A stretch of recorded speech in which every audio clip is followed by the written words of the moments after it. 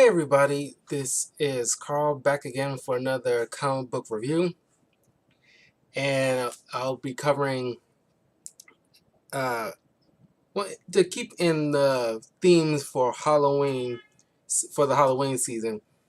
Not only I'm covering like movies and don't know how many shows I can cover when it comes to Halloween theme related, but if there are any, I would do it.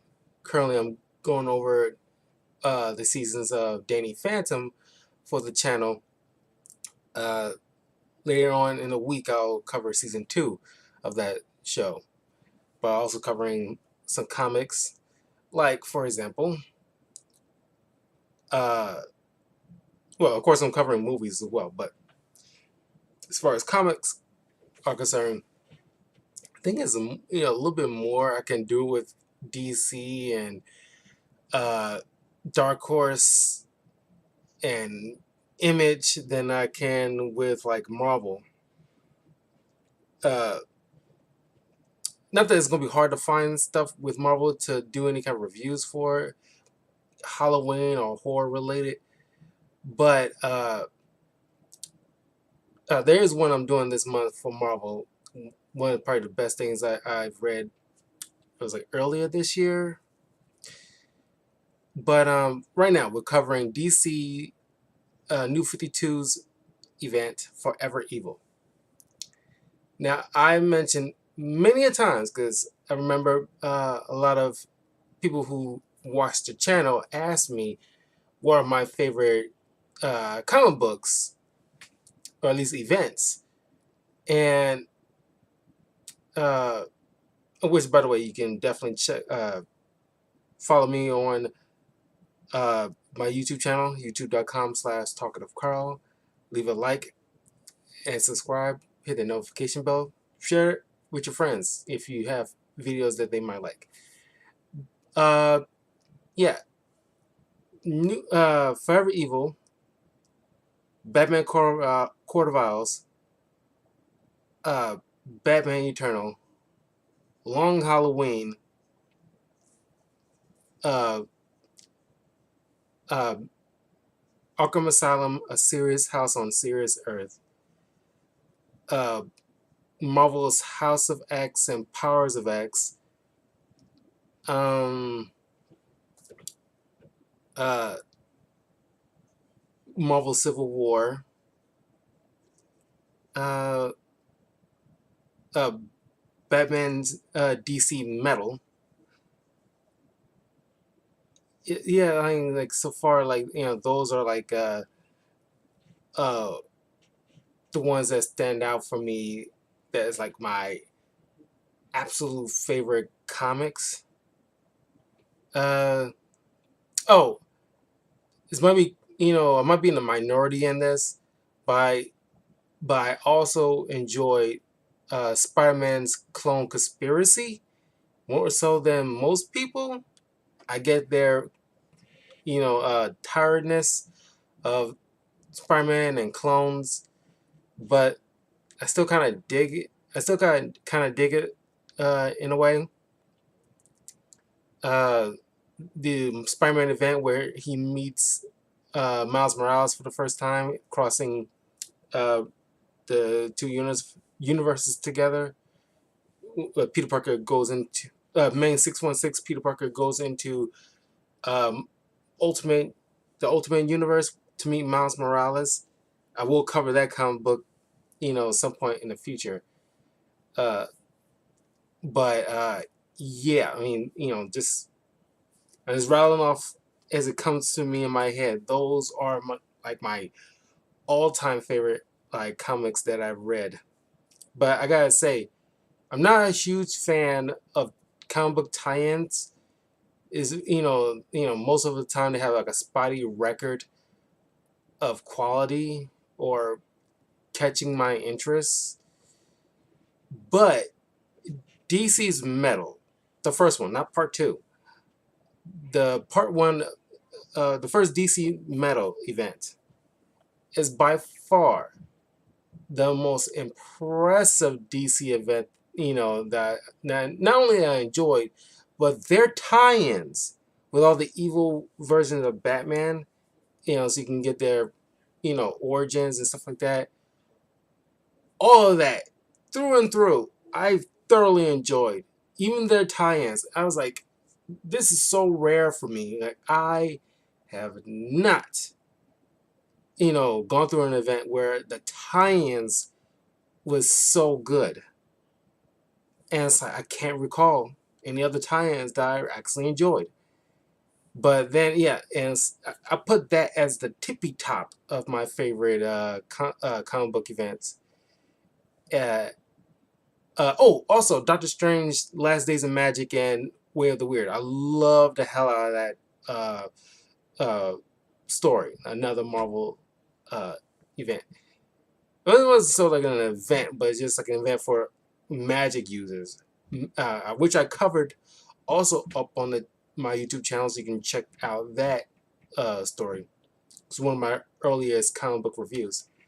Uh, but then, like the Marvel's House of X and Powers of X, I put that at the very tippy top of my favorite Marvel event that I've read, at least of all time. Is through and through very well crafted, and also set the stage of a status quo that has not well, it's been muddy with after DC Metal. It was like a good status quo, but like the comic book companies, I'm not getting off on a tangent, but the comic book companies have like a very big issue of especially with like DC, had like a issue with just churning out events after events after events every 6 months, you know, and it's like it feels like almost every 6 months they got like a new thing. I think they kind of slowed down in this past year, but man, it felt like people was getting like comic book readers was getting like fatigued with these events, and it's like after DC's Metal, because I tell this to people after something like DC's Metal, for example. I know it's probably shouldn't be this long, but not like maybe 10 years. But there should be like a significant amount of years. Like, I think 4 years, 4 or 5 years should be like a good sweet spot to where people can live with the status quo of what they set up from the previous event. Because let me uh, let me tell you, the New 52 is about far was the worst decision DC has ever made insofar as you know trying to update or trying to. I think most people would probably prefer the New 52 be like DC's version of the Ultimate Universe, like Marvel has or had. Uh, because they trying to make sure they trying to modernize everything, uh, make everything like hip and edgy kind of thing, and it did not work. It did not last long. That's when DC Rebirth, probably like another great event in DC Comics that I thoroughly enjoyed, where they didn't throw everything completely away from New 52, but they brought things back to people were comfortable with. Like, they removed Superman's underwear like that was like a big issue in the first place. Like, why is he wearing his underwear on the outside? Who the hell cares? It was perfectly fine for many years, but it's not the sole thing. But it's like a glaring example. They're trying to switch things up that doesn't need to be switched up. I digress. But like New 52 wasn't like very wasn't seen very favorably, especially me. I could not stand the New 52. I could not stomach reading most of the comics because they're trying to whittle down the heroes to the most important ones that people are guaranteed to read. But it's like y'all being lazy, and just because like most people, I think more people, I think they got a lot better in the past, 10 years. But because New 52 was like a good, like 2011, 2012, up until like maybe 2015, 2016, somewhere like that. Well, it shouldn't have been that long, but it was like a short stint. But you should have just like put people on who want to write because they want a guaranteed money maker. But it's like you don't know until you have like you send somebody in DC because everybody wants to write for Batman. Everybody wants to do Batman villains and stuff like that. Like get people involved. Ask like there's always gonna be Batman people who want to write for Batman. There's always gonna be you're not gonna be in short supply of that. Put all that to the side to like focus on those like okay who wants to do a Placid Man. I want like Placid Man on a thing. I want somebody who has a good Blue Beetle story. Someone who got a good Booster Gold story. Put like just like the way what's his name who did the Guardians of the Galaxy films, James Gunn. If you hand somebody like uh, like low tier or mid tier kind of character and give them something like like okay balls in your court, do what you want with it without micromanaging, you might produce something that more often than not give you gold. Oh, Batman White Knight, that's another DC thing that I thoroughly enjoyed. All the Batman White Knight Elseworld things, I love those. But anyway, and it's like I just wish that people. I think it's more so done now where people are slightly. It's not any better, but just slightly better with understanding that like Peacemaker and like Blue Beetle, are like getting the attention and like decide like, okay we need to bring out more new characters and or at least shine a light on lesser known characters that has nothing to do with Batman, Superman, and Wonder Woman. But anyway, uh, but as far as like New 52 goes, there's only a few that actually is worth a damn in my opinion. Court of Owls, Batman Eternal, which is kind of like the reverse of Long Halloween, which I was thoroughly surprised and thought it was very well done, and also Forever Evil. And the main bad guys in Forever Evil are the Crime Syndicate. And if you don't know who the Crime Syndicate is, they come from Earth 3 of the DC multiverse. Earth 3 is a universe where good and evil are reversed. Last year I've been reading, like I read after the last one or two DC event, they because it was like a thing where I don't know if it was the conversions or something like that that caused Earth 3 to get destroyed or something like that, but everything's been reset and there's a new status quo for that universe. And where in the main reality, or like DC's Earth Prime, or now just like in our world, we may have bad guys and people do wicked things, but the constant rule in the cosmos is that good will always triumph in the end. That's just like the natural law of things. And like when it comes to like most people, most cynics will probably tell you otherwise.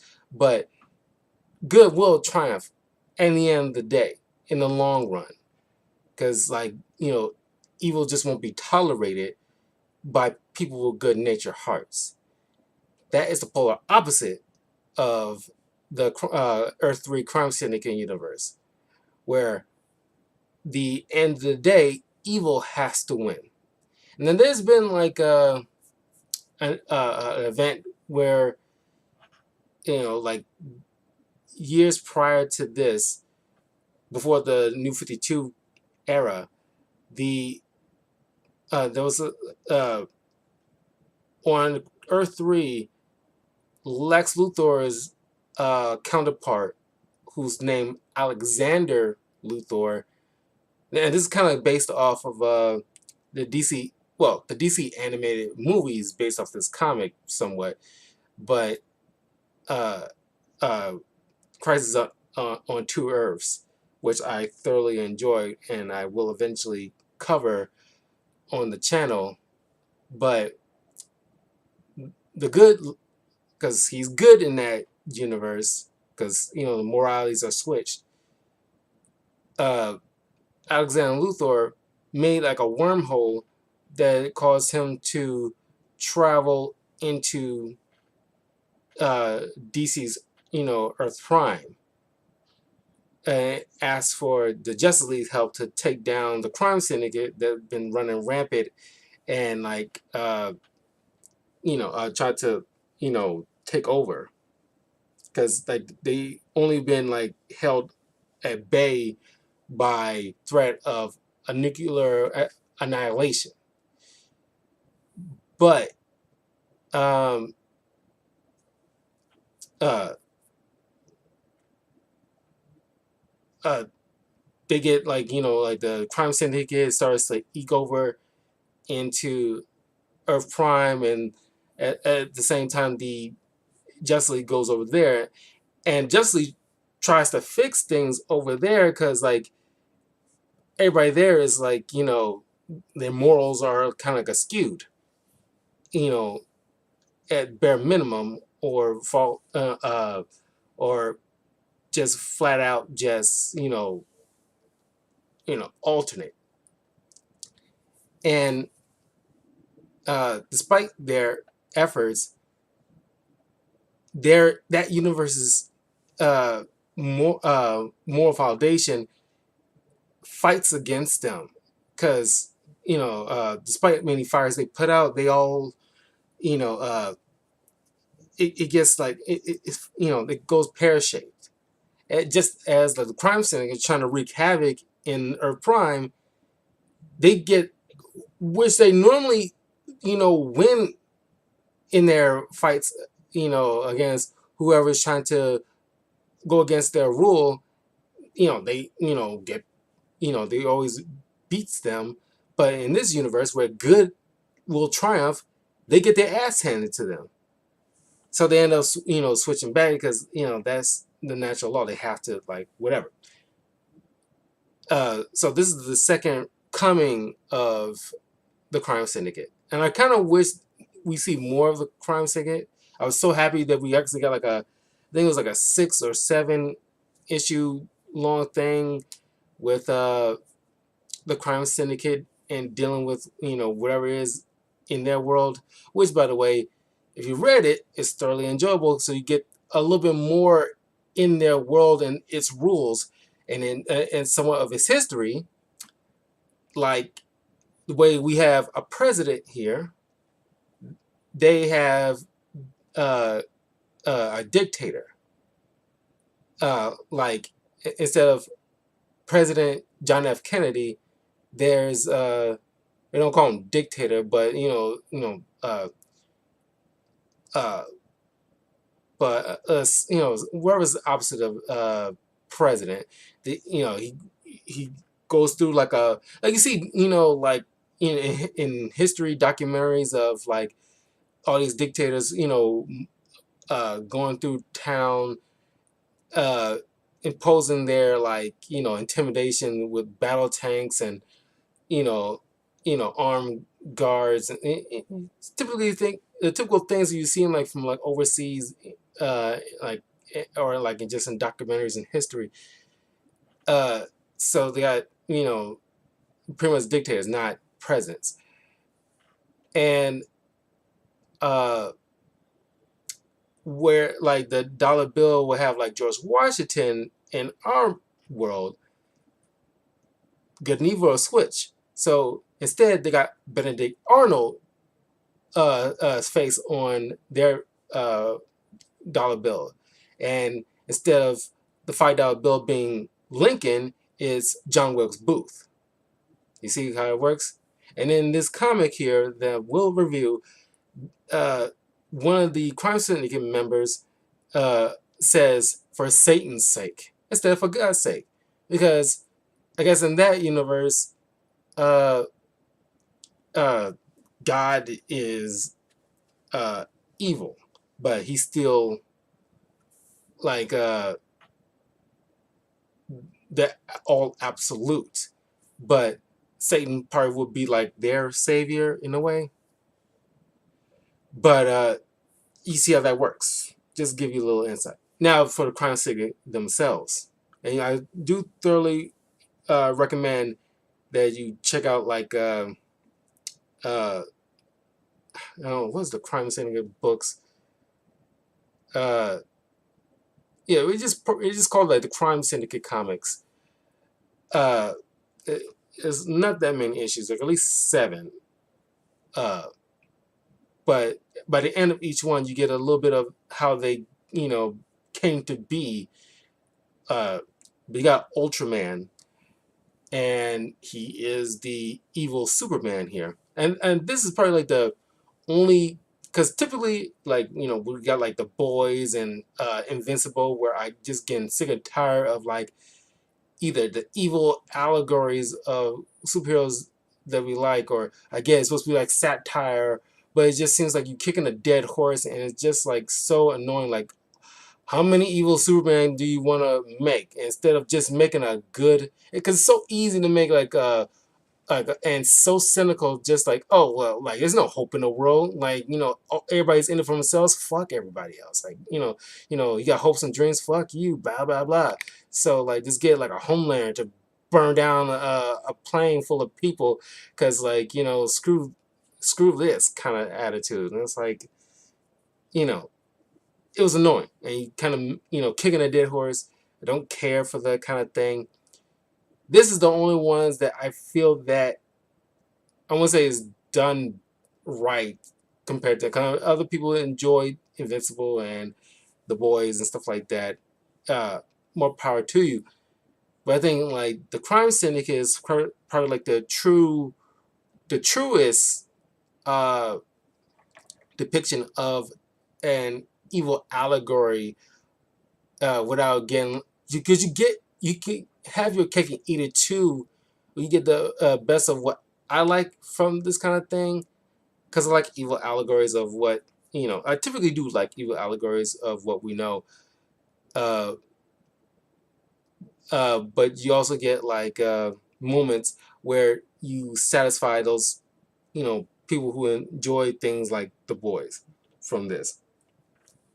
But Ultraman uh, comes from a planet called Krypton, but uh, his biological parents was like, you know, uh, you know, they because you remember often from like Superman's origin when the parents put him into the space pod to rocket it to Earth, and you hear their recordings about like how much they love him and what he needs know and all this other stuff.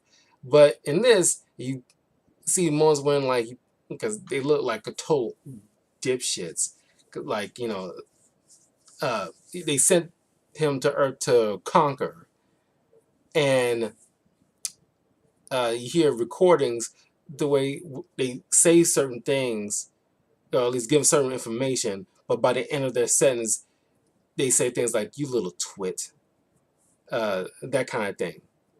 And the Kents in this were I'm going off of the comment that was like going on last year. I'm just giving you a brief rundown because we didn't have that kind of thorough information when Forever Evil came out, but uh, but it's kind of like a like a set rogues gallery for the Justice League. But um, uh, the Kents were like crappy farmers. They pretty much look like rednecks, and thought to exploit their kid for monetary gain. As soon as he got old enough, he ended up killing them. But uh, Superman or Ultraman works the opposite of Superman, biologically speaking. Not only just the uh, morally, but biologically, he's completely opposite. He does not like the solar radiation. He prefers like you know anything but solar radiation. Well, I want to say this: anything that typically boosts Superman's power, it weakens Ultraman. So no solar radiation. Kryptonite powers him up, doesn't weaken him. Uh, uh, As a matter of fact, it's because it's New 52. It's so edgy. Because I will show you in a panel, coming up. He grinds down kryptonite into powder and snorts it like cocaine. That I was like, oh shit. Okay.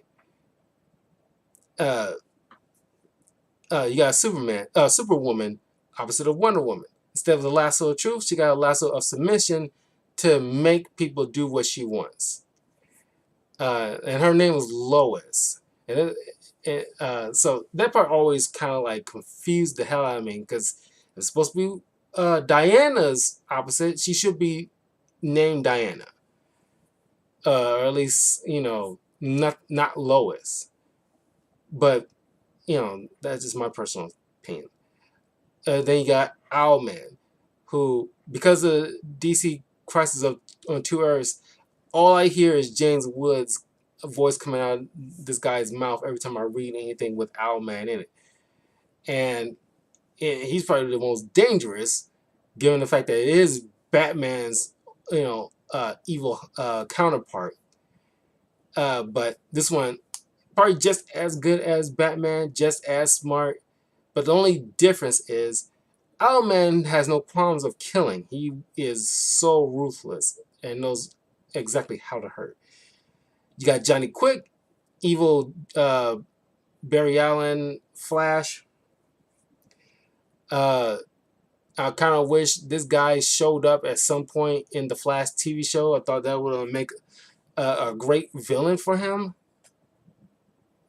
You got like Power Ring, evil Hal Jordan, but Harold Jordan. And this one's while Hal Jordan has got great courage, this dude's complete pussy. Pardon my French.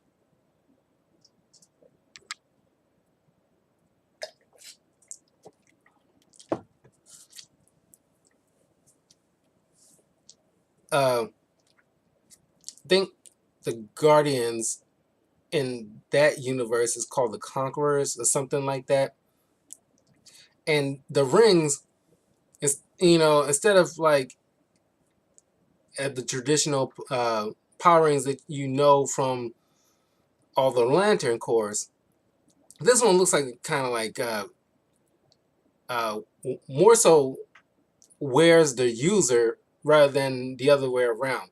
And this thing, instead of like the power ring connected to the essential power battery, giving these lanterns like information and stuff that they need, like pretty much like AI, or it's all AI, but it's pretty much like Siri or Siri. I keep calling it Siri. Siri. This one's just like a malevolent little thing that's whispering in this guy's head, kind of like grow a backbone, you little shit. Like that kind of attitude. Every time that ring talks to him, and you see like green pulsating veins going along his arm, reaching towards his neck, and it's like he's because he just like wants to get this thing off. He doesn't want to wear it no more. He's too afraid to do certain things. Like a complete coward. Uh, uh, and then you got finally Deathstorm, an evil Firestorm, but their Professor Stein is complete control, and there's no what the kid's name I forgot. There's no like two minds in the same body that you typically find in Firestorm. But in this Stein seems a little bit more like an evil mad scientist kind of situation because he, I guess, at some point promised to get the ring off uh, Power Ring, but it's like, oh, sure, like let's take a look. And he looks like he examines him. He doesn't even look at him like a human being, more so like a lab rat, in my opinion. And he's like, oh yeah, looks like we'll wait one more week. It's like he tells the others like he's like running experiments to see what will happen. How like when this ring fully consumes this guy. But yeah, all these people are just like as good as the Justice League are. That's how evil these people are. Anyway, uh, everything begins. Whereas this pretty much seems like a Lex Luthor kind of centered story, because like Batman doesn't show up until like maybe like the third issue, and the Justice League by the large amount doesn't show up until like the last this second part of the last issue. So this is like really really well done. Where uh, up until like the middle part of the first issue, you get to see like shadows or blurs of Owlman, Superwoman, and Ultraman coming in and just uh, just like immediately setting up like this probably would happen with if the Justice League, if they wanted to, this is how they would pull it off, by taking over very systematically. They go to each prison around the DC universe, like Arkham, Belle Reve, Blackgate, uh, uh, Arkham Asylum, uh, uh, uh, Iron Heights, like from like the Flash's rogues, the Arkham rogues, even breaking inside Amanda Waller's facility to turn loose like Black Manta and Harley Quinn and the other Task Force X people. And it's like, and then they each are getting handed like these coins, which is like the picture of like what would be perceived like the planet Earth, but the countries are flipped around because these are coins from their Earth and their world. Everything is like the continents are just in reverse. And by the way, they spell America with a K, not a C. It's just distinctly in a difference. Oh, and also in their universe, and the hearts are just like are flipped on a different position, where well, I don't have like a picture of a heart, but if you look up a picture of a heart of that's supposed to be inside a guy's body, uh, imagine it, like it's sitting like this, and you flip it like that, and it's like that's how they're like like their biology is from their worth, which is kind of interesting because you imagine if you ever watch like Everything Everywhere All at Once, or Multiverse of Madness, or even like Crisis on Infinite Earths, or another movie that I reviewed, Jet Li's movie The One, when he's dealing with the multiverse. It isn't just like the metaphysical that's probably different. Is things like biology is probably different. Their chemistry. In Multiverse of Madness, you see like Doctor Strange's alternate girlfriend mentions about how like this we don't know, your universe might have some kind of pathogens we don't know about. We're not bringing it into our Earth. That is a thing that most people probably don't think about. Johnny Quick, fights some of the Teen Titans members, and you notice Kid Flash, I guess the one that's supposed to be from the future, he quickly noticed that you're vibrating on a completely weird frequency. Oh, you're from the future, and he proceeds like to vibrate him so fast that he forces the kid to open up a wormhole to fling him and his team back to the future. It was like I was like, man, that's smartly written. Every time, like when it comes to a movie or a TV show or whatever that's dealing with something like multiverse, you gotta probably throw something like that in there because that will be probably a serious thing.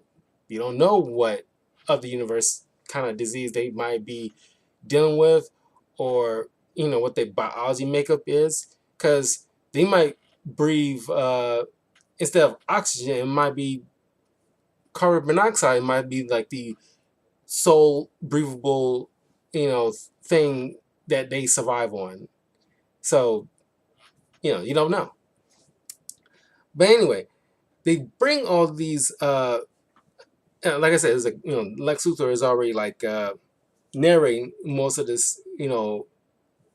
These 7 issues, and he's already in the middle of like brokering, or at least almost manhandling a deal to seize control over Cord Industries from Ted Kord's father. Because in this New 52, Ted Kord's like a young adult, like just barely out of his teens. He's still in college, and while he's like threatened Thomas Cord that I would like you don't sign over to me, because he's trying to acquire all these different companies to help fund and build the rest of his classic war suit that he fights in, and he needs Ted Kord's, at least Cord Industries, and it's like he threatening Thomas, like, hey, I would get your son kicked out of college, get him hooked up on drugs. I will have your wife, because not only I just kill you, I'll ruin your entire life. I'll have your wife meet some guy, fall in love with him, and as soon as like your son overdoses, I'll have him break up with her, and leave her just distraught and just like ruin her. He's doing this threatening, and that's when like there's this like vibrational shake, like the wormhole was open, and at the same time there's these communications all around the world, and like blackouts and stuff like that is happening, or at least like communications more specifically is darkened. It's like nobody can get a hold of allies, and so a lot of like systems are down, except for one thing.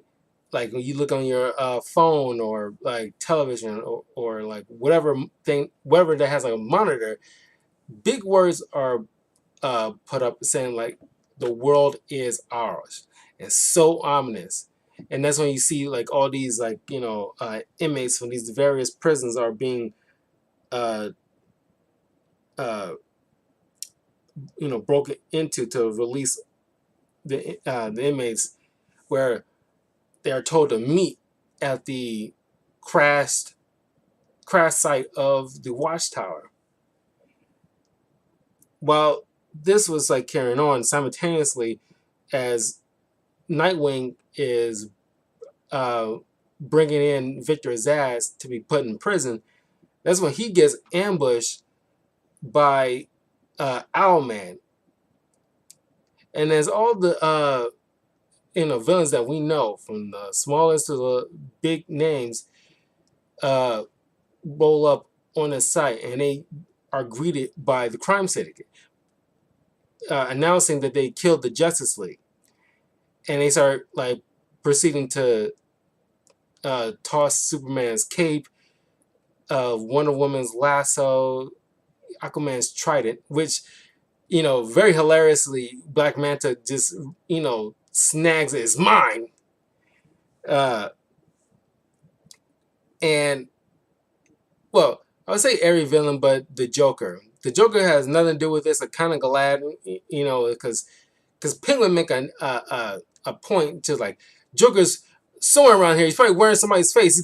He doesn't like structure. He doesn't like order. He's gonna disrupt it in some facet. And like, yeah, he probably would. I mean, it's probably the one thing that the crime syndicate would like not account for is the Joker, because what will be the Joker in their world will be named the Jester, who's like got a clown image, but he wears the red hood. But typically he's called like the Red Hood in that universe. Other iterations just call him the Jester. But either way, he's good in that universe. And just as uh, methodical and like typically the skills that we know the Joker to typically have, he has just that same quality, but he uses for good. But one dude called the Monaco screaming like, "This is a trick! This is Justice League. They're just wearing this is Superman with a stupid U on his chest." And then Ultraman just lasers that guy, eradicating him. I'm not fucking around. It's like, okay, that's not Superman. Clearly, it's not Superman. So everybody is like, okay, what the hell? And it's like, they just tell like, y'all work, we come from a different world. Our world, we got pushed out of our world because uh, uh, people turned against us. So now we're here to conquer here, and we want to invite y'all into our family. Like, you be our secret society, and just go run rampant. Just cause destruction and mayhem in your various cities. And like you see, what's happening with in their tie-ins about like what's going on with Teen Titans and what's going on in like in Gotham, and like the Suicide Squad, and like what's all these different organizations doing to mitigate the damage these villains are doing, while in the main story what the crime syndicate is dealing with, and like what Luthor is dealing with them. And they proceed to haul out Nightwing and remove his mask, just to showcase, like, don't ever turn against us, because just like what we're going to do to you, what we're going to do to this guy. We'll find out any friends, family, any associates whatsoever. We're going to hunt and kill them. And this is where he sets off like the Titans and everything like that, which is, by the way, weird. The fact that, okay, anybody who knows Dick Grayson's kind of origin, maybe not Nightwing specifically, but like he lost his parents. Anybody who has a fucking Google search, anybody who knows that Dick Grayson's parents got killed during the circus. He got adopted by Bruce Wayne, and the fact that he's been Nightwing for such a long time was indicates he used to also be a Robin, which means he had an association with Batman, which should also clue you in that, okay, Bruce Wayne has to be Batman. But nobody, but maybe Lex Luthor towards the end puts all that together. But I guess with everything going on, Luthor, probably should have put that together, right away. But I guess it's like, we got more important things to concern ourselves than some guy's secret identity. And Ultraman ends up, because he doesn't like the yellow sun, he pushes the moon in front of the sun to make a perpetual eclipse, even though it doesn't freaking work, because like the Earth's axis and how it rotates. Even if he did that, which would cause like a calamity with the oceans, and issue with I don't know about gravity, but definitely the issue with the oceans. And on top of that, it probably won't stay that way forever because of the rotation. So it's like that's like a temporary thing. I guess he would have to like constantly move the thing every few days. But whatever. And you see when he does that, like, Lex Luthor just falls on his knees. It's like, you know, well, this looks like a job for Superman, but where the hell is he?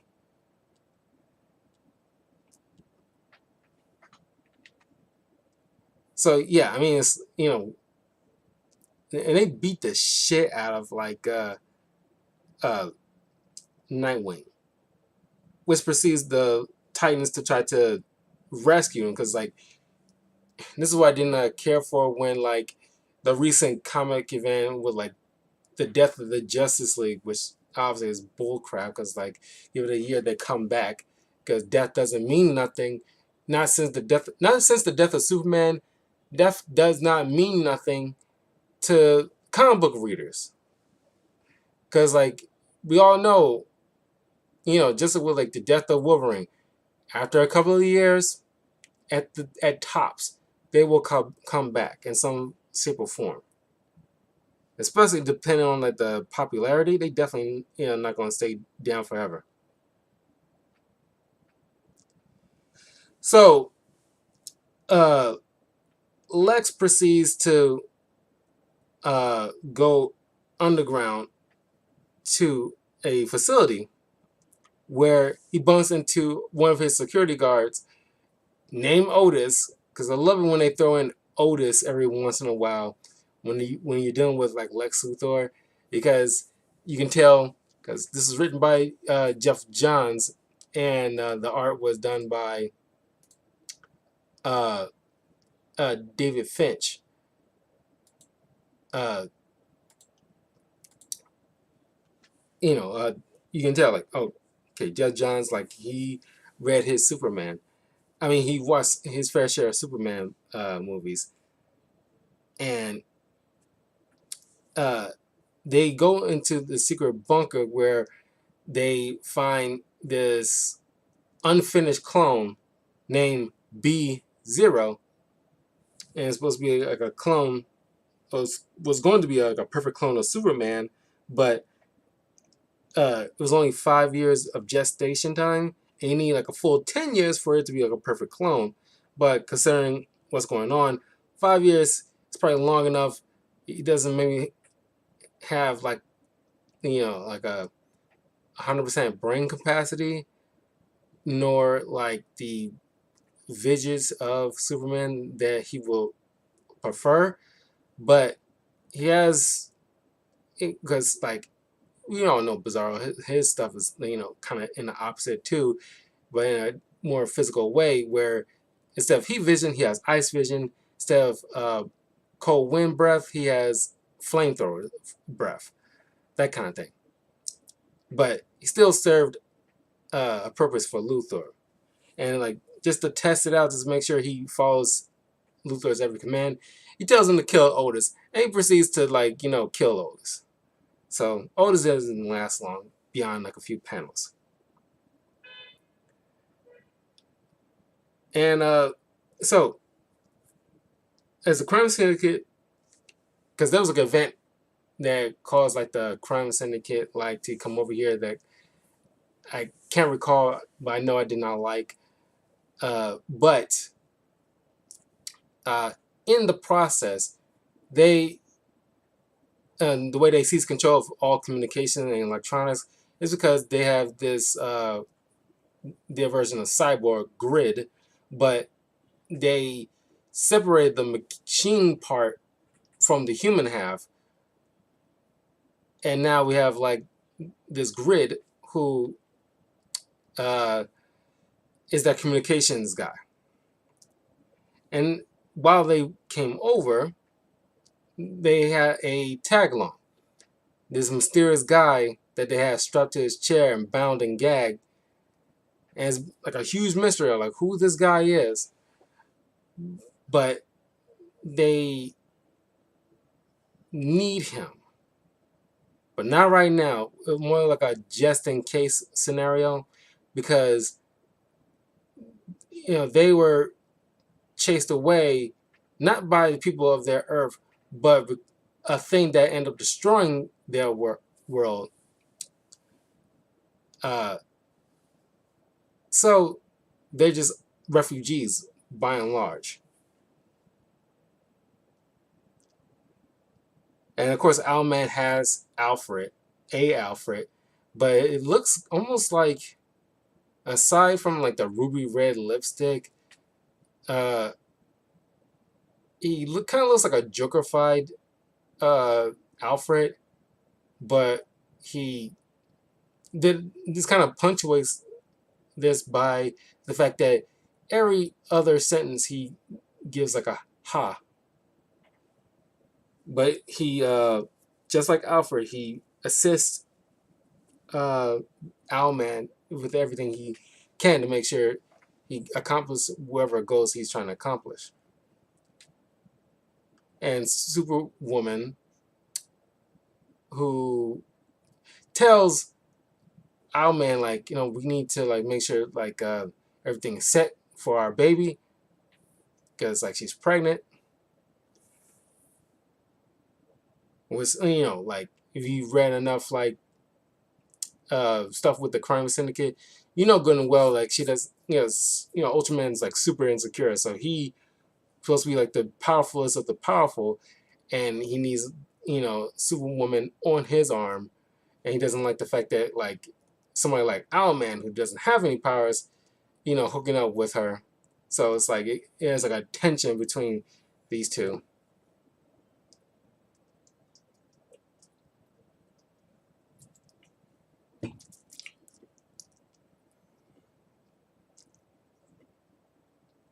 But Grid informs uh, Grid informs Ultraman about this being in Kondak.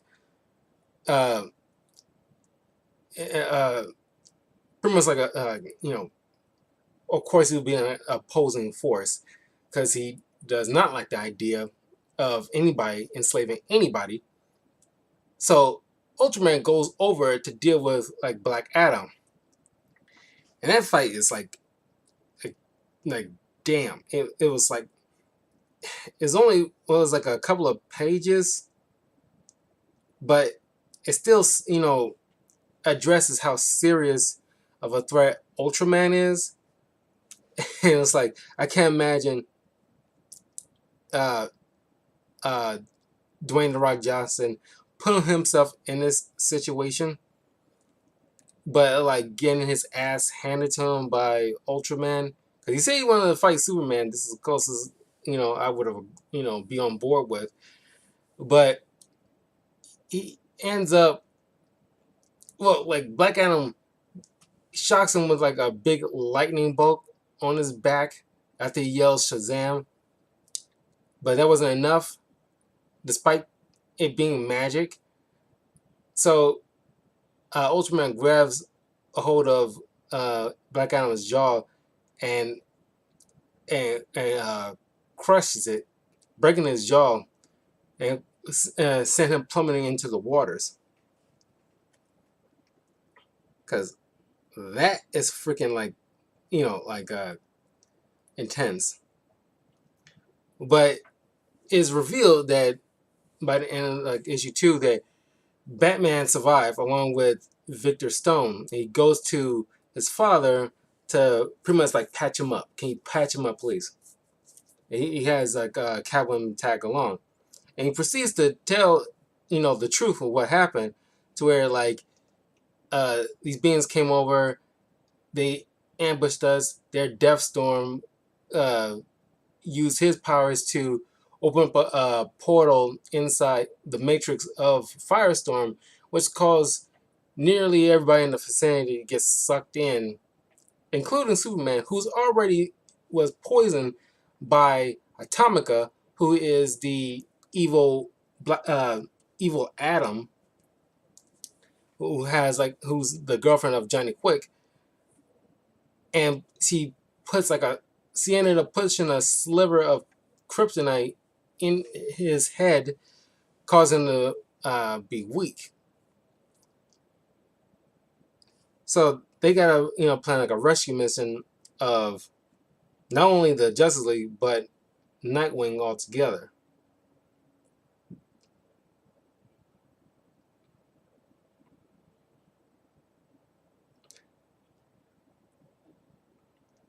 Um,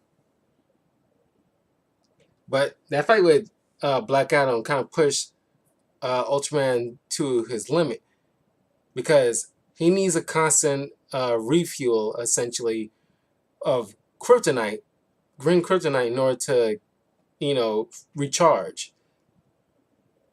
Because unlike Superman, who's always in constant, because he always has power, because the constant solar radiation he absorbs and stores, because it'll take a lot to deplete him.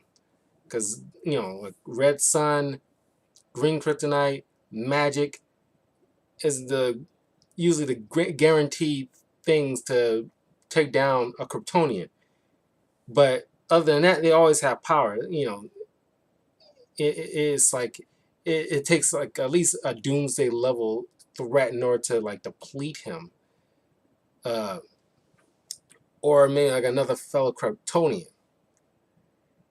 But with Ultraman, no, he might be like powerful, but it's like he constantly avoids any stream of solar rays, and he's bleeding out his nose, and it's like calling up Grid, like find the nearest kryptonite stash, and he flies off, finds Metallo, and rip off his his kryptonite heart, and just grinds it up and snorts that shit. They're like, damn, that's some good shit. But he also gives orders, because Grid gets word that Central City isn't the rogues that we sent to deal with Central City ain't doing their job. So like uh, Ultraman has Power Ring and Deathstorm to go over there and ask like what's the holdup. So uh, the rogues here in this point in time in the New 52, I think it was in a event prior to this one where most of the rogues absorb their weapons capabilities into them. So now, they can actually do what they normally do, but, uh,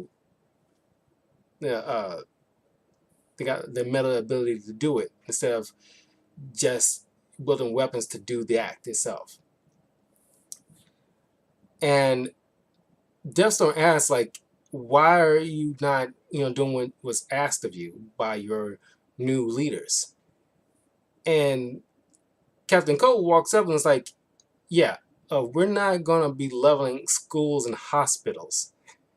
Yeah, because, like, this is like the main reason I love an event like this, it kind of highlights, because, yeah, you're dealing with a lot of bad guys here with a lot of various range of moral lines. Sure, you know, the rogues wouldn't have no qualms of killing anybody. However, there are certain things because they're by and large just a group of thieves that will occasionally kill if somebody gets in their way. However, they wouldn't, especially Snart, he would not feel comfortable because he mentions earlier, like, we got to get the trickster out of here before we go meet up with these people by the watchtower. Because, like, everybody else is like, leaving the rock. You know, uh, he dropped a dime on us and blah, blah, blah. And it's like, he's still a rogue. And he's still one of us. And we'll deal with our own kind of thing. Because he won't leave he doesn't leave a man behind kind of situation. Honor amongst these notion. But he steps up to like Deathstone. He's like, no, I'm not leveling a school and a hospital where people like can't fight back, and it's like there's no what's up with that? It's weird. But then like Power Ring loses freaking cool. It's like, what you looking at, huh? What you looking at? It's like, it's like, you, I don't like the way you're looking at me, because he's looking at Trickster. Like, don't move, kid. Put your hands in the air. It's kind of like, because Green Lantern Corps are typically like cops, and this is kind of like a trigger happy cop kind of scenario. I don't like the way you put your hands up in the air.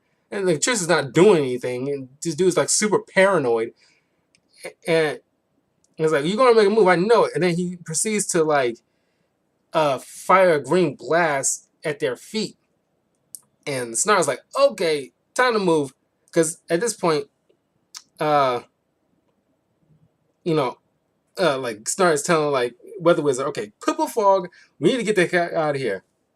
And of course, that doesn't work because Deathstorm, just like Firestorm, can control like uh manipulate the elements of the periodic table. So he manipulated uh to what is it? Uh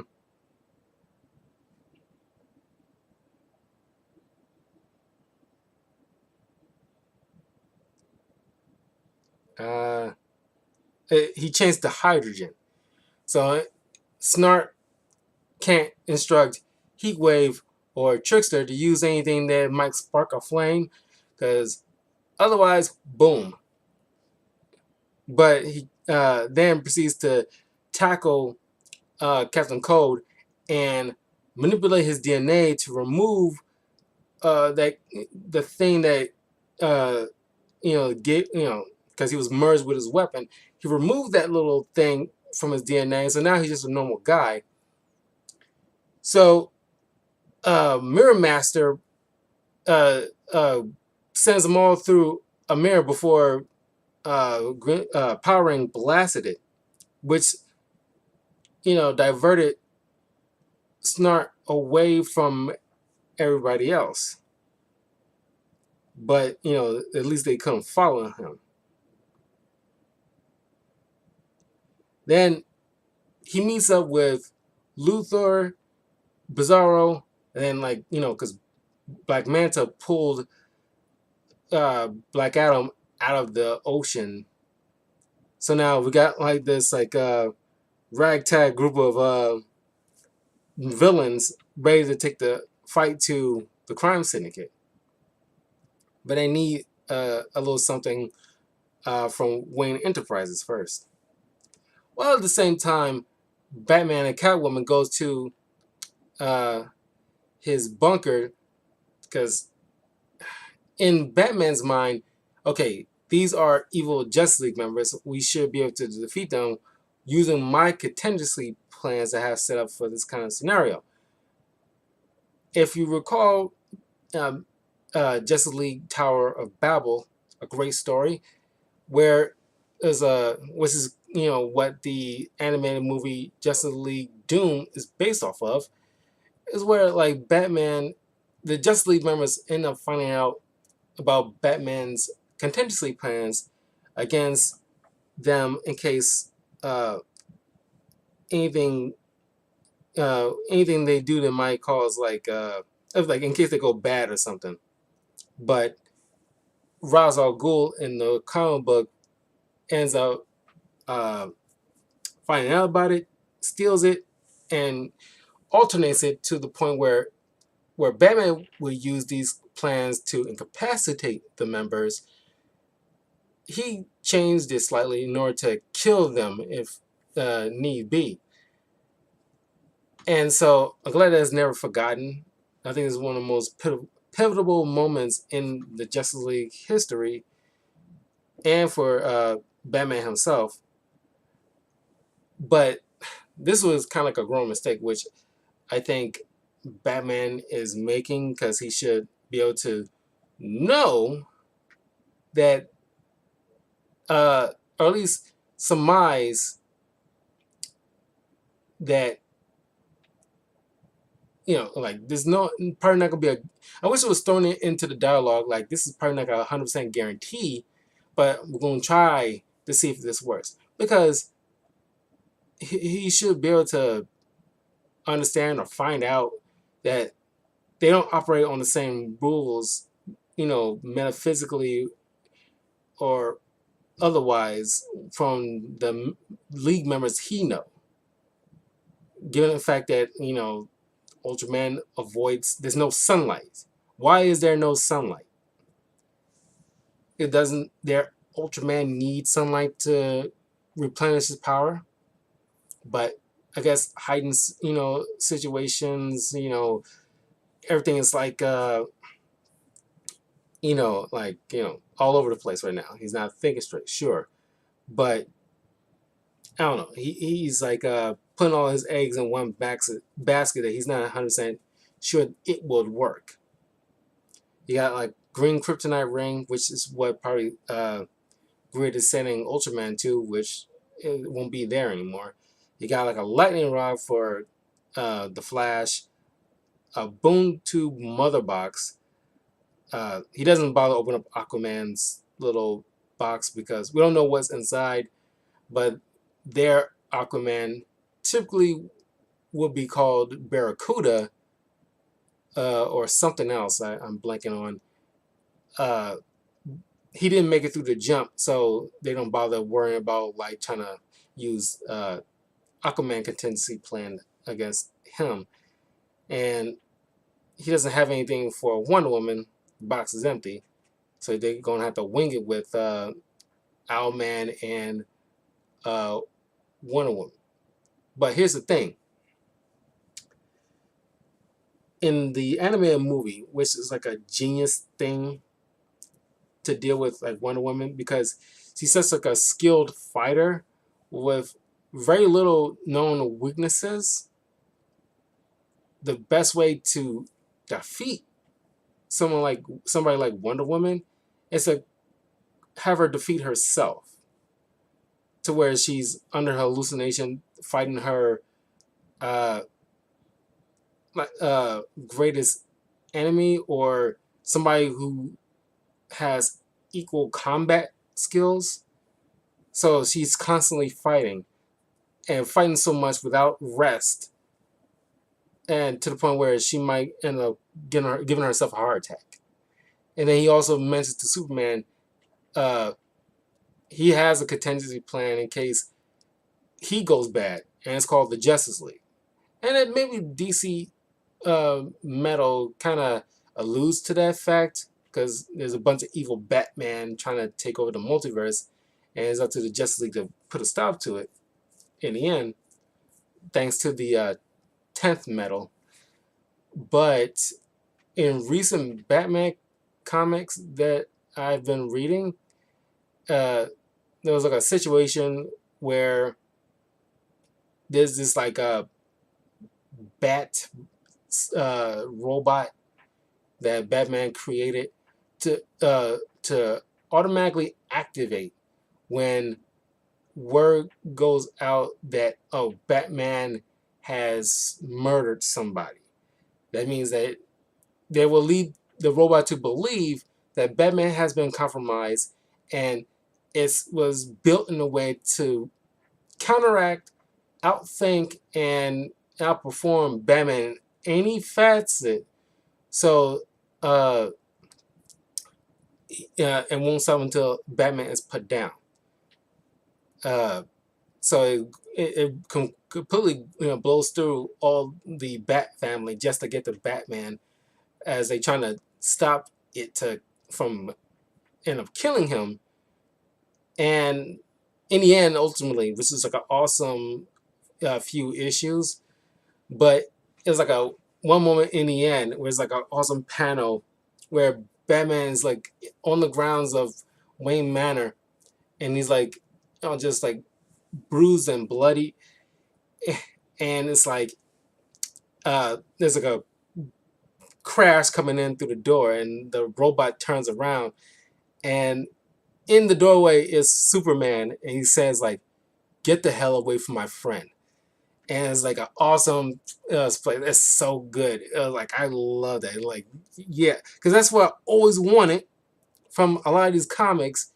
Because there's no reason for somebody in Marvel or DC where just like I did like a comic book review of like a couple of months ago of Spider-Man first his first interaction with Morlun, who kind of like Doomsday for Superman, proceeds to beat the shit out of Peter Parker all over town. Uh, and it's like, call up your friends. You know a lot of superheroes. This is not your first outing as Spider-Man. Uh, it's like, the Fantastic Four. Uh, the Avengers. Even if they are off-world, Doctor Strange, Wong. The at least a couple of Inhumans. Luke Cage, Jessica Jones, Daredevil, Iron Fist. Maybe not the Punisher, but it's like you have options, and there's no reason. Just because it's your book, your adventure, doesn't mean you have to nearly get crippled in order to find a way to overcome this adversary that you've been having you know 3 or 4 issues trouble dealing with. And it's like, yeah, call your friends. But yeah, but as they breaking through Wayne Enterprises to find because I'm blanking what they're trying to find, because they also was trying to resuscitate Black Adam because they need like a heavy hitter like him. And it's like Wonder Woman is such a sleaze because tells Ultraman as he's pulling like a kryptonite out of Metallo. It's like, we need to keep this world safe for our baby. And it's like, this is the first time he is getting word that she's pregnant.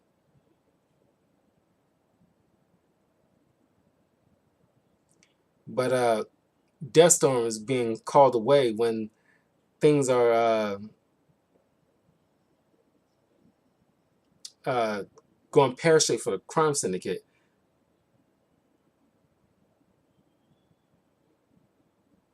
Uh,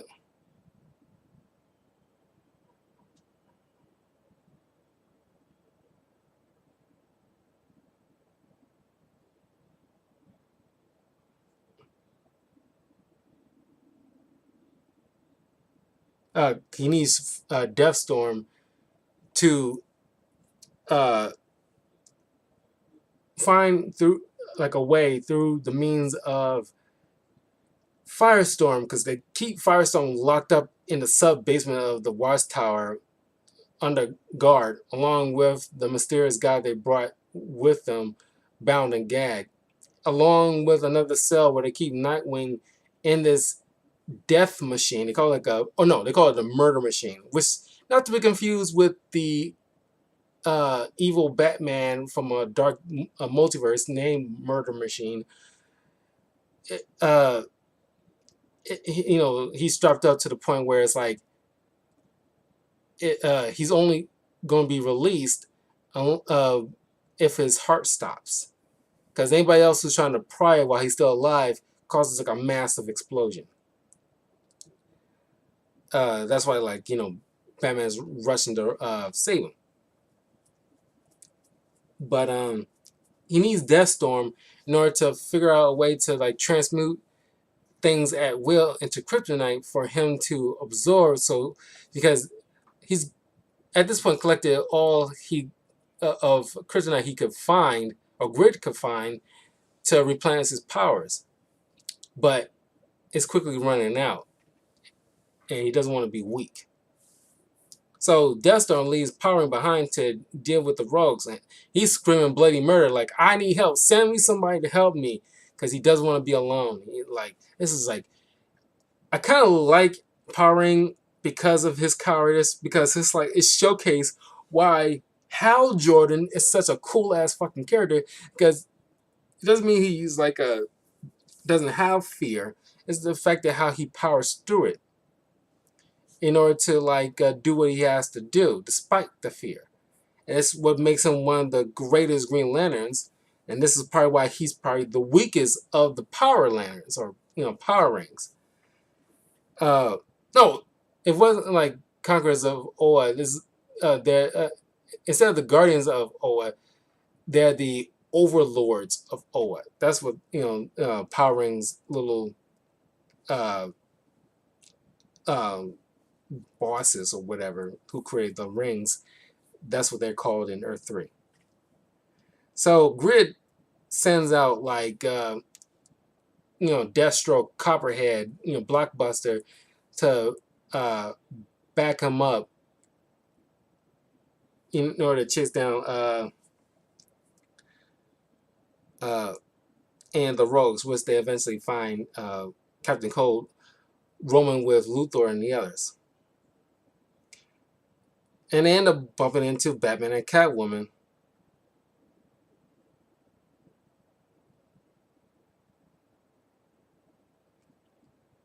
And it's an awesome point where, like, because he has like a yellow lantern ring.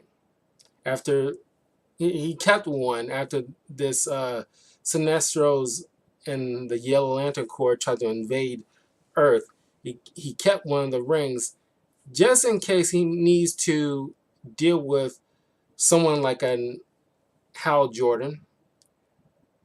But the ring is operating on like very minimum power because it constantly needs to be charged. So he had just enough so you can have like an awesome, because this is one of the costumes you see in a couple of the Arkham Asylum games that you can wear. You see this awesome splash page of a Yellow Lantern Batman, and using his willpower to make at least one single yellow bat. But because it's such low power, doesn't give him like a strength enough to go toe to toe with Power Ring, who easily bests him, takes the ring, and Power Ring crushes it. However, that didn't stop the ring from sending out a beacon that alerted Sinestro, who promptly shows up and proceeds to beat the shit out of Power Ring. That was so boss. I'm like, oh my god, now that you got Sinestro in the fight now. And it's like, you want to see like a Sinestro dealing with an evil Hal Jordan or Harold Jordan. And, Harold sees this guy and he proceeds to run like a little bitch. It's like running down the sewer is like a little bitch. It's like, oh my god, oh my god, oh my god, he's gonna kill me. He's gonna kill me. Somebody help me. Ah, no. It's like, and the Power Rangers telling him like, stop whining. Like, and it's like, grow a spine. And it's like, you got the, greatest weapon in the universe. Deal with this guy. He stalls Sinestro. Like, you can take this guy. And so he proceeds to try to fight back with Sinestro, which, it doesn't take long for Sinestro, who's more experienced and has greater will than this pathetic punk, and he forms a yellow saw blade, cuts off this sucker's arm, and the ring flies off to find, another weak-willed individual. But yeah, this leads into like by the end of New 52, leading into Rebirth, this ring finds Jessica Cruz. She becomes like, because she's from the main Prime DC universe, but she acquires the Power Ring that's from Earth 3 to give her Green Lantern powers. But I do not think it lasts long. However, let me quickly check here, because I don't think that, because I think that got destroyed at some point, and she actually got like an actual Green Lantern ring. Let me see something, because I am thoroughly sure I am right about that.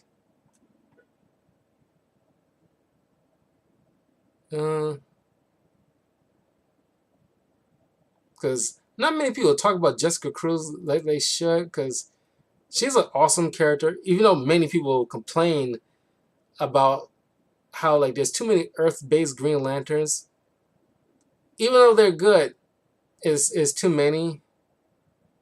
But yeah, created by Jeff Johns. Uh,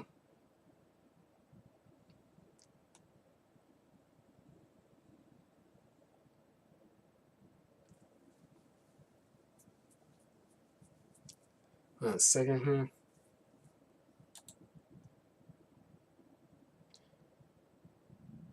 It is a very unique character, by the way.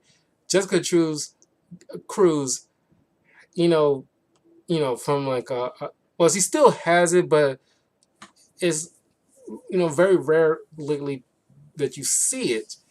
But for our first uh, introduction into like a good year or two, she suffers from post traumatic stress disorder after witnessing the murders of her friends, uh, and she has like and crippling anxiety.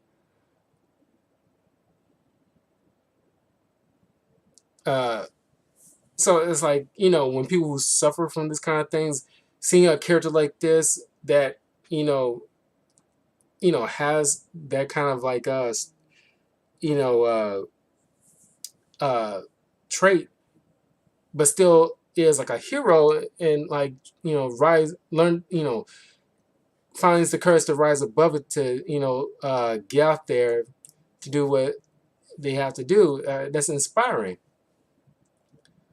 uh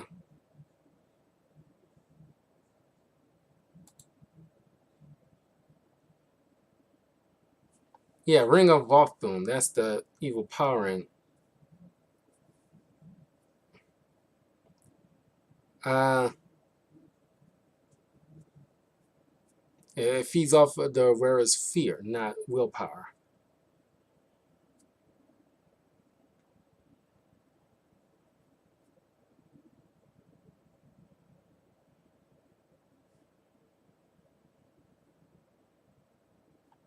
Yeah, was it during like a fight with the Black Racer where like the that ring was destroyed and she eventually got uh the yellow, I mean the normal Green Lantern ring that we all are familiar with. So just a little brief backstory on that. But oh, like Hal or Harold Jordan is lying there bleeding because his arm got severed. He just whimpers like thank you. And Sinestro, boss ass move, just says like, "You're welcome," and like he just like obliterates him right on the spot. And so now Batman has to unfortunately do like he needs backup because like all of his teammates are trapped within inside uh, uh, Firestorm's Matrix. So he needs like he has Catwoman, but like she won't be enough. So you got like Deathstroke who teams up, with like Lex Luthor, with Black Adam, Sinestro, and the others. And it's like, okay, we got to uh, deal with rescuing Nightwing.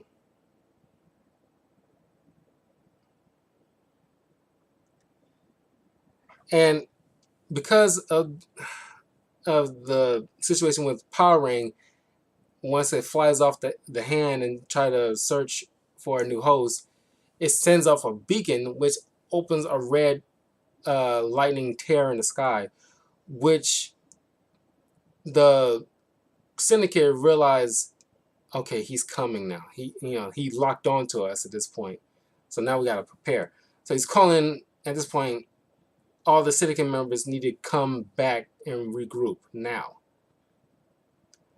But at the same time, while this is going on, uh, well, not at the same time, but it won't be too long when the Batman and the others are trying to formulate a strategy in order to infiltrate the Watchtower, which Batman can give them access. But they only got like a minute for like the cameras to be down for them to get inside to go unnoticed, because Grid is like pretty much got everything monitored. But which is weird because like okay, he's gonna notice obviously because he's a freaking computer. He's gonna notice, so he's gonna call like the syndicate to come in. But Owlman, communicates to Alfred is like, make sure nothing happens to Nightwing, because on his Earth, because of course Owlman has a Robin, but he doesn't call him Robin. Any wards that he has are known to be Talons. Just like the Talons from the Court of Owls, Owlman's, Robins are all named Talon. I think his Nightwing would have been called something else, but we're just going, for the sake of argument, we'll call him another Talon. But something happened, I guess, because I'm not gonna beat around the bush. The existential threat that caused the destruction of Earth 3 was the Anti-Monitor. And I guess that the destruction of that Earth resulted in the death of a lot of people that, they all knew, especially the degradation of that Earth. And he tells Alfred, to make sure everything, he's okay.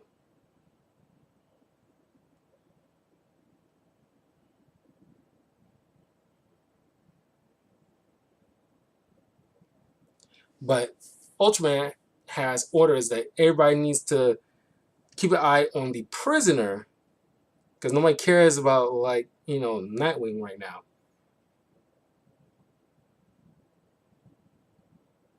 But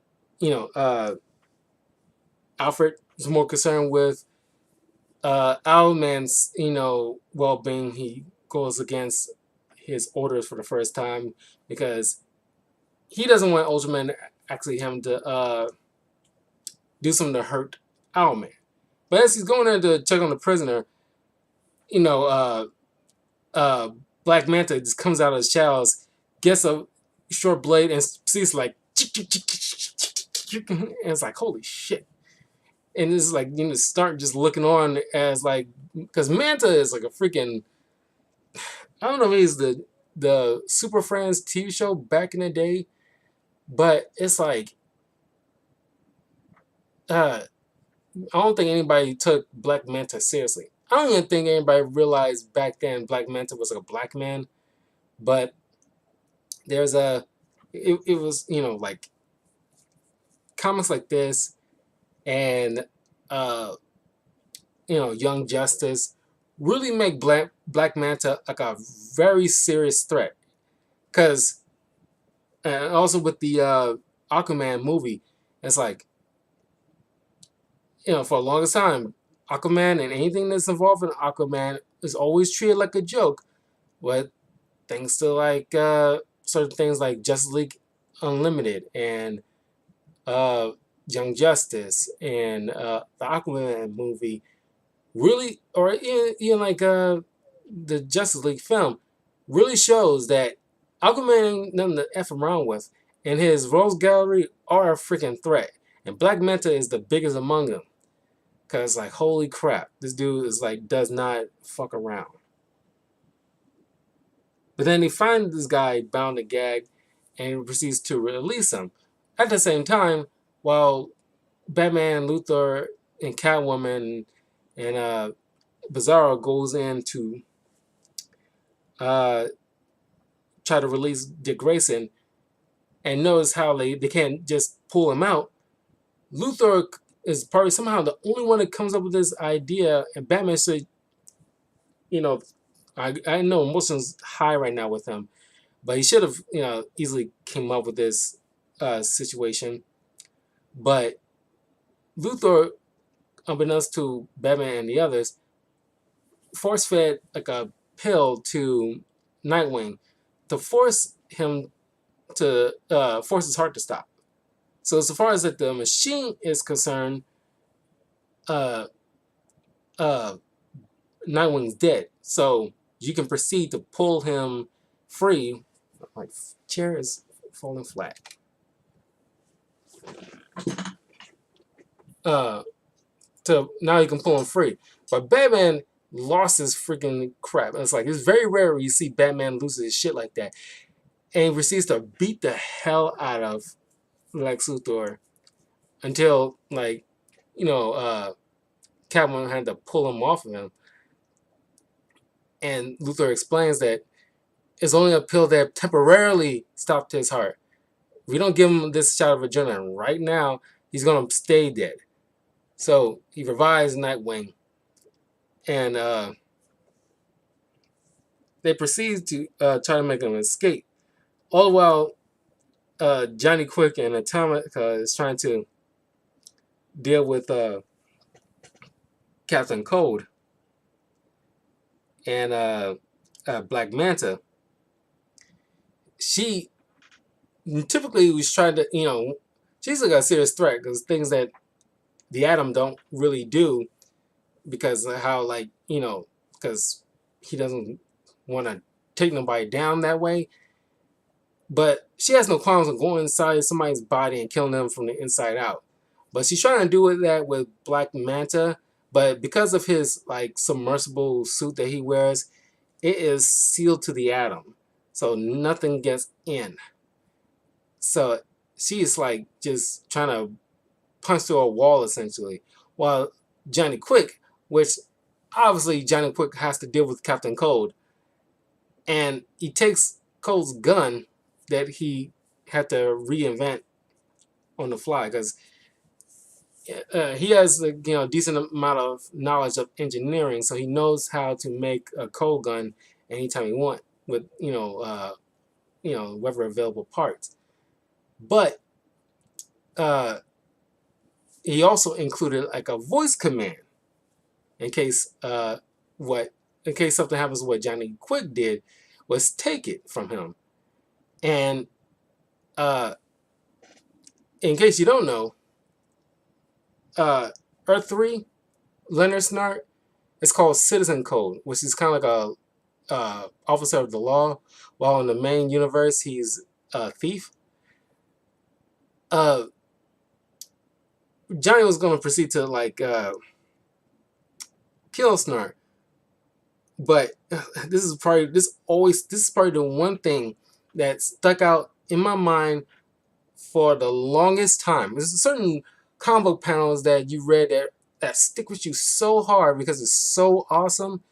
The fact that he activate this voice command saying "Jingle bells, Batman smells," which causes the gun to fire because Johnny Quick had the gun pointed down by his leg, and it freezes his leg, and essentially Cold tells him why I never did this to the Flash, professional courtesy, and smashes the leg and let him know yeah, you won't feel this now, but once it thaws, you will. And Atomica's runs away and runs off of Black Manta and screams like Johnny, and they leave them just there while Alexander Luthor was released from his bindings, and he's because the mysterious man is alternate Lex Luthor, and he shouts Mazaz, and a dark magic lightning calling down, turning him into Mazaz, which is in reverse is Shazam. This part, that's okay, this is this part always was weird to me. The fact that because he's evil in this, clearly.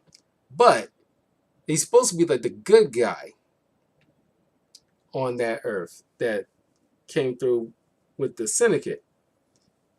So it really, well, like I said, the morals is askew. This is the new 52, so you can pretty much do whatever you want, with his morality, but it's supposed to be the good guy of that Earth.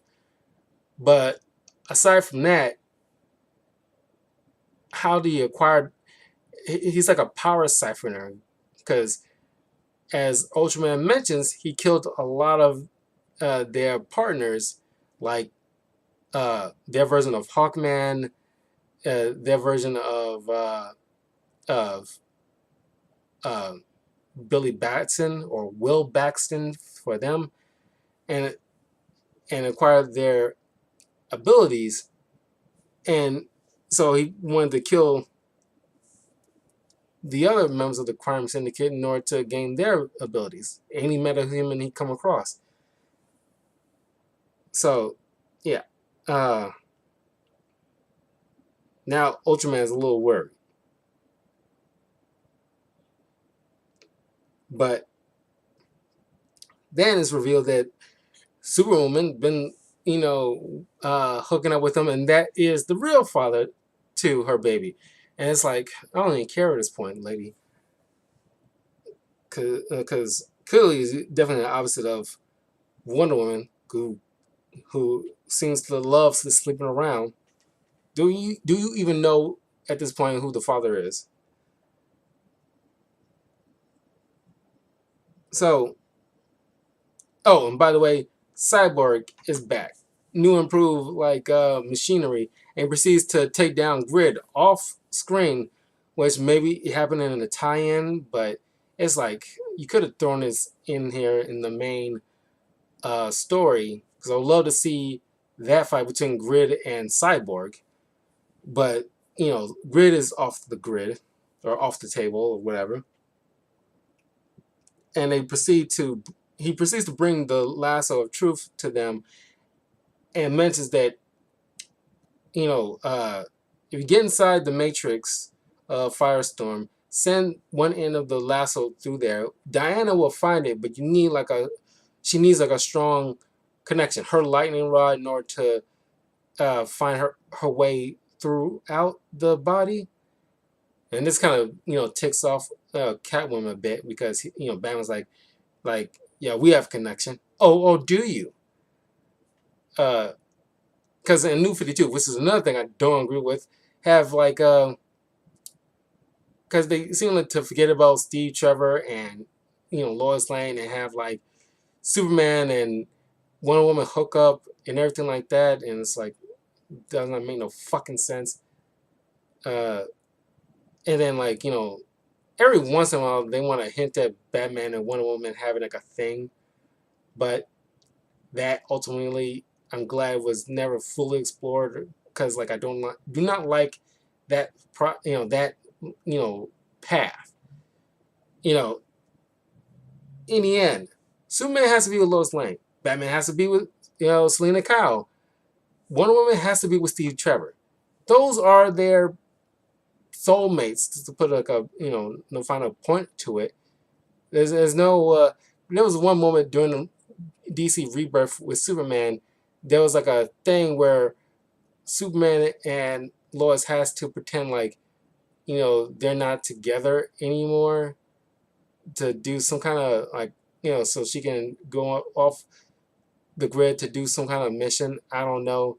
And then everybody else thinking like Clark was got left by Lois, and there's a little thing with this female firefighter that found Superman charming, and they're trying to make a thing out of it, which I'm glad it was like done after maybe like, pretty sure when that storyline was over, she was never seen again. That was like, come on, like enough of this, okay?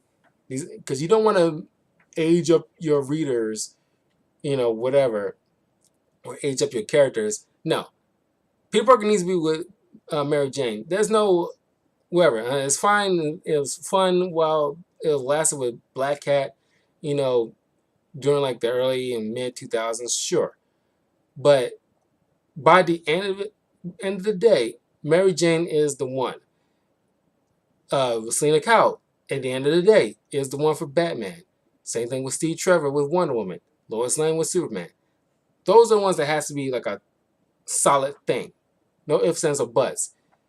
You can fool around like that with like Blue Beetle or uh, Booster Gold or something like that. But, because they don't have like a solid like character that they like guarantee like they have to end up with. We don't know that yet because that hasn't been explored. So they can fool around or have like a little fling or a steady girlfriend for a couple of years, but not like a main person that they. Well, who knows? They might turn into something, but we don't know that uh, at this point. But they pull the Justice League out, but Superman's still like, sick from the sliver of kryptonite in his head that needs to be operated on, which Luthor did at the end of the entire story, which of course he has to rub in his face. They're like, I saved your life. I was like, oh, you son of a bitch. He just loves, he wants to make sure you like just digging in there. And Mazaz, in the meantime, is fighting Ultraman.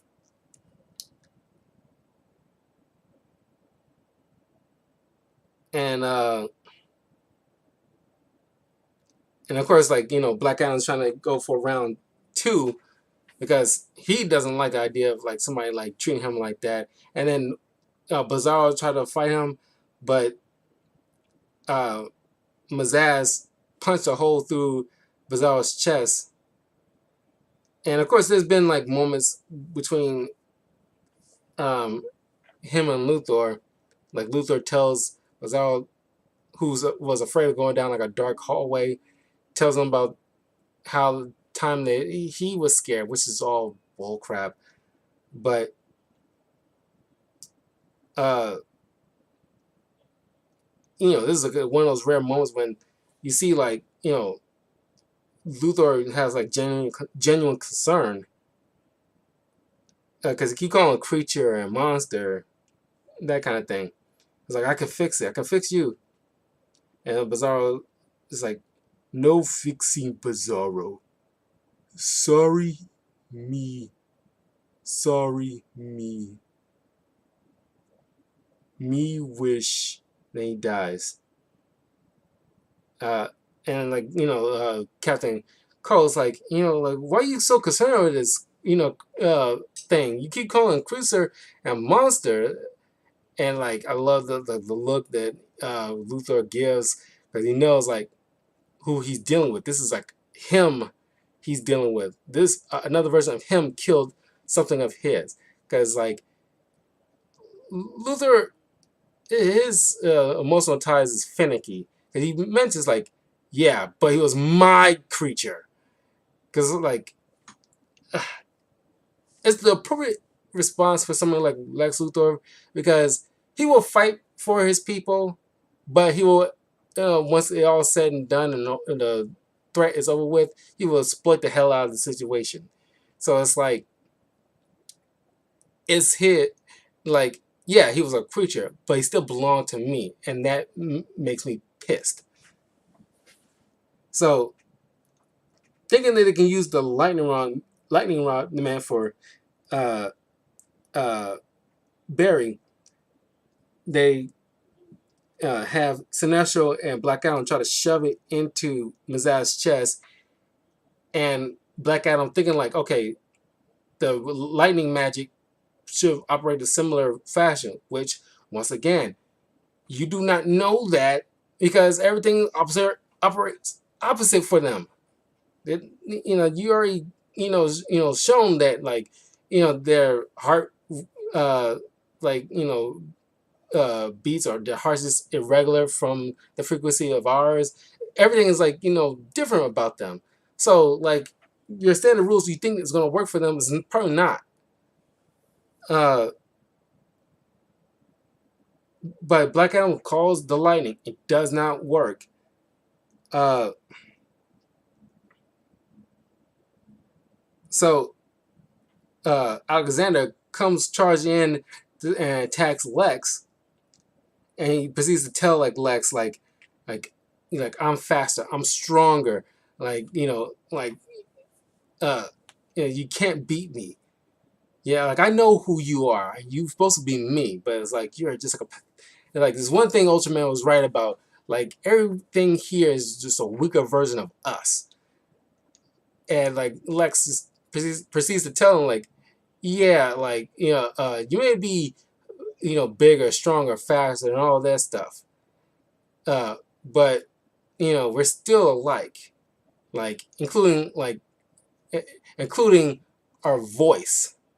And Lex calls in like Mazaz, and the lightning adheres to the vocal patterns because that's still Lex, and comes because he showed he the lightning comes crashing down and directly goes to the lightning rod and change Mazaz back to human, and Luthor quickly covers his mouth and stabs uh, uh, Alexander to death.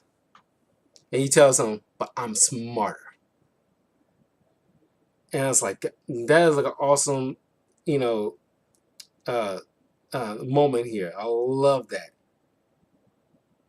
And then uh, Black Adam and Sinestro moves the moon back to where it needs to be.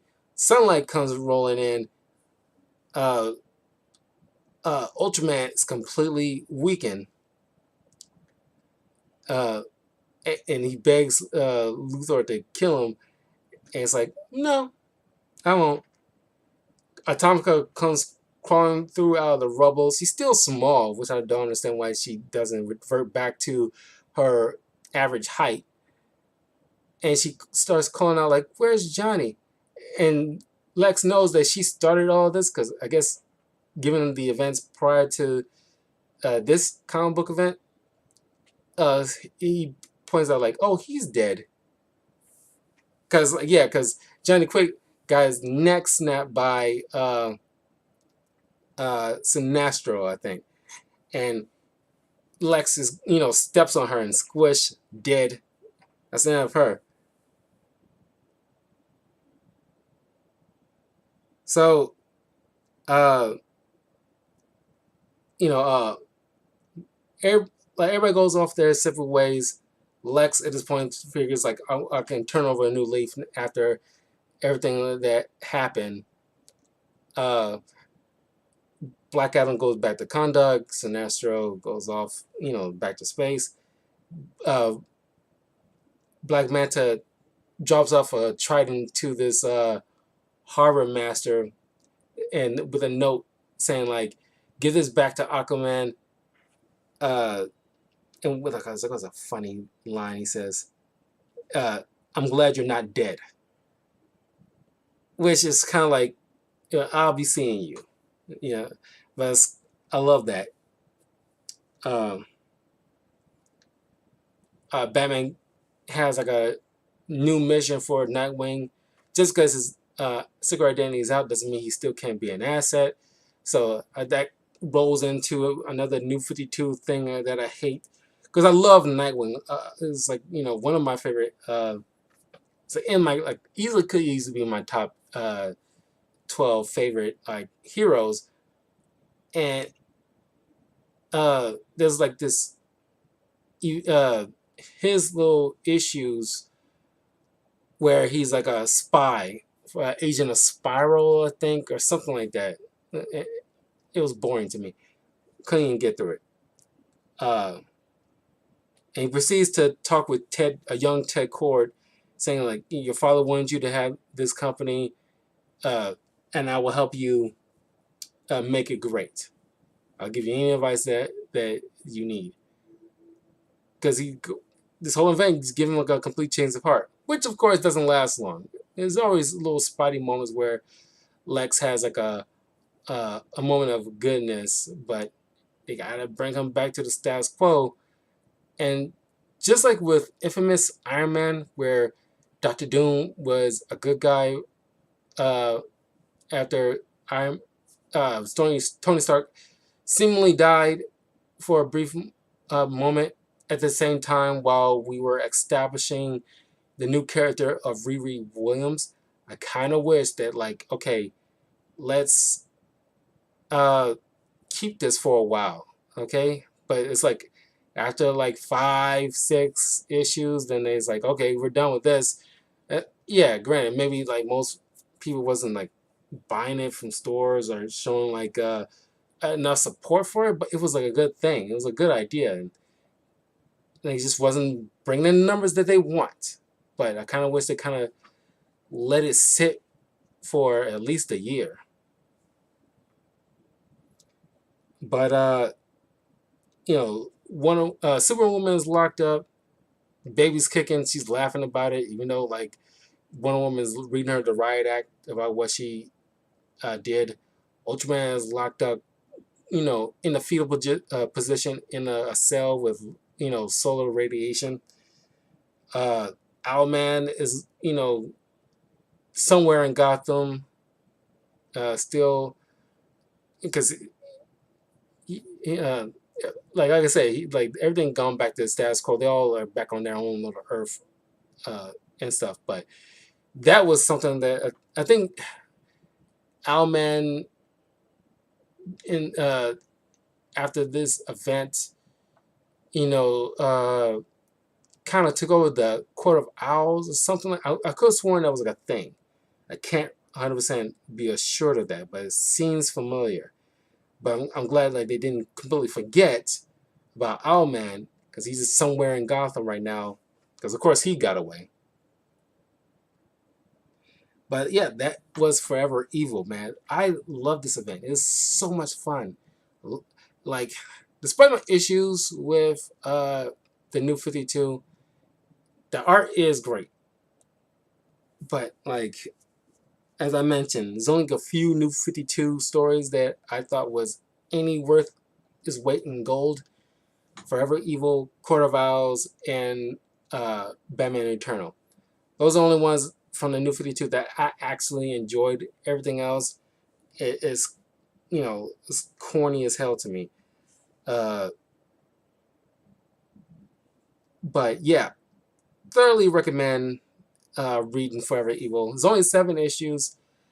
Yeah, kick out of like watching because it's so rare where you actually see villains properly conquer and West, how the world is doing among that new world order.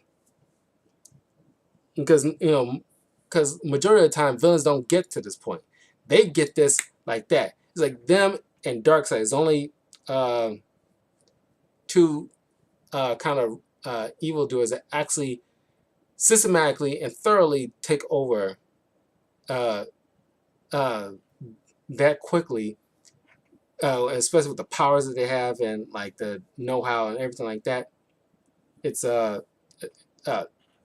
it's great. It's great, thoroughly great. But yeah, next comic book I will review is a Marvel one, something fairly recently that fits nicely for like the month of October. Relatively short, but uh, I got a kick out of it. It really should be its own universe, kind of like their own Marvel's version of a crime syndicate universe. But stay tuned for that for like maybe like maybe in a couple of weeks. But I will see you guys in a little bit as I do a couple of movie reviews. So yeah, I'll see you guys soon.